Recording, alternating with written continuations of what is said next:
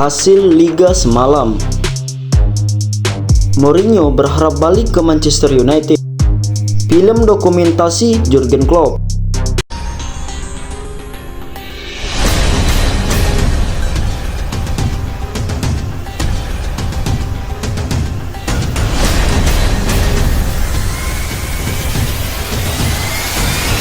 Liverpool meraih poin penuh kala menjamu Chelsea dalam lanjutan Premier League. Pasukan Jurgen Klopp itu menang 4-1 atas The Blues. Setelah Darwin Núñez nyaris mencetak gol dalam beberapa kesempatan, Liverpool memecah kebuntuan melalui Diogo Jota yang berlari menyambut umpan Bradley dan melesat melewati dua pemain bertahan Chelsea untuk menceploskan bola ke gawang. Namun giliran Bradley kemudian menggandakan keunggulan dengan tendangan sudut yang luar biasa setelah mendapatkan ruang di sisi kanan. Núñez melewatkan kesempatan untuk membuat skor menjadi 3-0 sebelum turun minum ketika tendangannya membentur tiang gawang melalui tendangan penalti. Namun The Reds segera melupakan hal tersebut setelah turun minum saat Dominik Szoboszlai menyundul bola umpan silang dari Bradley. Chelsea mengancam untuk bangkit saat Christopher Nkunku mencetak gol dengan 20 menit waktu tersisa. Namun, setelah sundulan Núñez membentur tiang gawang, Luis Diaz menyelesaikan pertandingan dengan sundulan dari jarak dekat untuk memastikan pertandingan pertama The Reds di Liga Primer sejak Jurgen Klopp mengumumkan keinginannya untuk meninggalkan klub.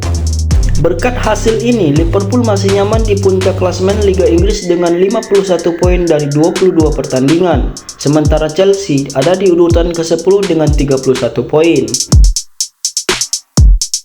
Barcelona meraih kemenangan tipis 1-0 saat menjamu Osasuna di pekan ke-22 La Liga. Di pertandingan yang digelar di Stadion Olimpiade Luis Companys semalam, Barca patut berterima kasih kepada Vitor Roque yang di laga ini turun sebagai pemain pengganti sebagaimana golnya di menit ke-63 memastikan 3 angka.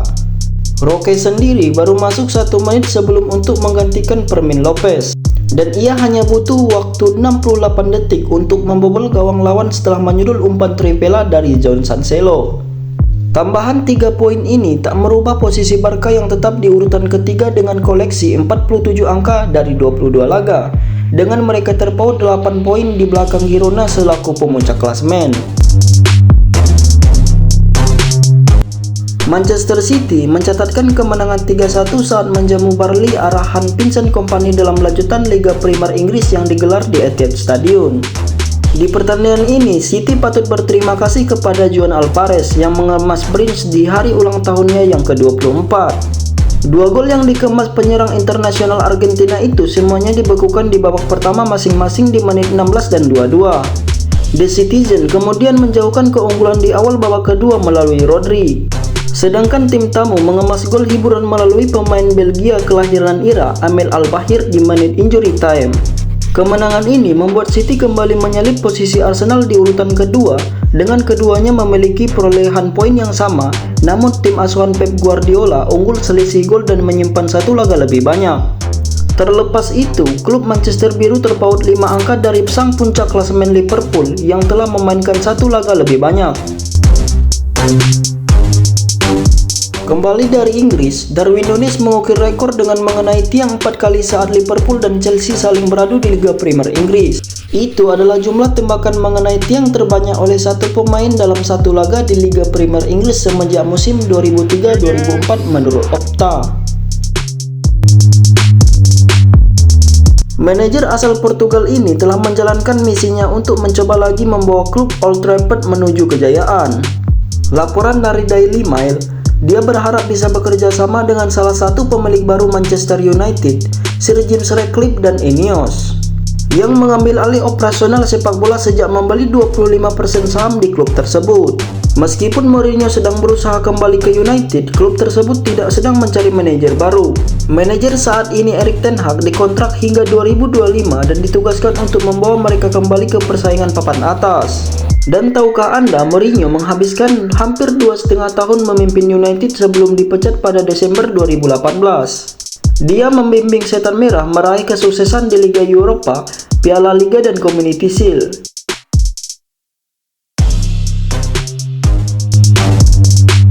Rashford izin sakit dan absen berlatih tapi ternyata berada di klub malam selama 12 jam di Berspat pekan lalu. Dan kemudian tidak ikut serta dalam kemenangan United atas Newport di putaran keempat Piala FA. Klub kemudian mengeluarkan pernyataan yang menegaskan bahwa pemain berusia 26 tahun itu telah mengambil tanggung jawab atas tindakannya. Dan setelah dilaporkan didenda 2 minggu gajinya. Ten Hag bersumpah untuk menangani Rashford setelah pertandingan melawan Newport. Tetapi sekarang menanggapi masalah internal sudah ditutup dan Rashford ingin menebus kesalahannya. Namun bos United memberikan peringatan kepada seluruh skuad ketika membahas insiden tersebut untuk terakhir kalinya dalam konferensi pers pada hari Sabtu.